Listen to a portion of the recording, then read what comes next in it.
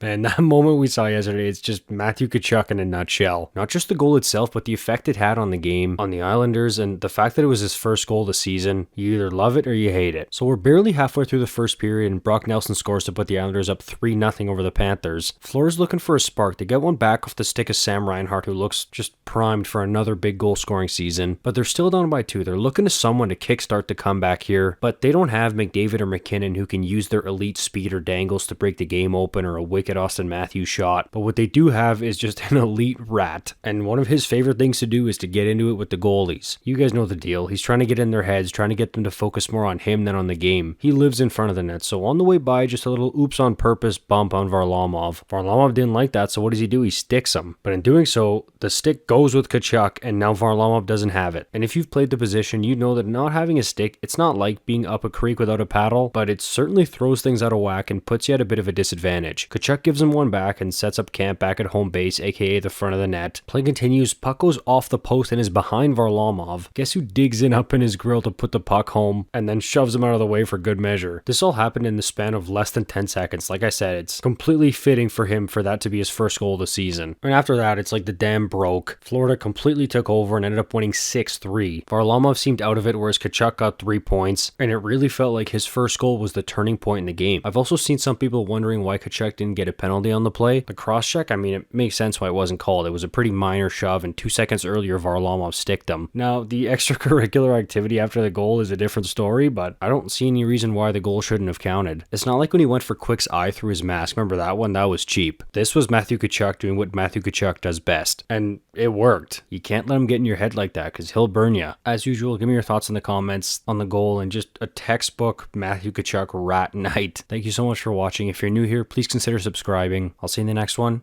You're awesome.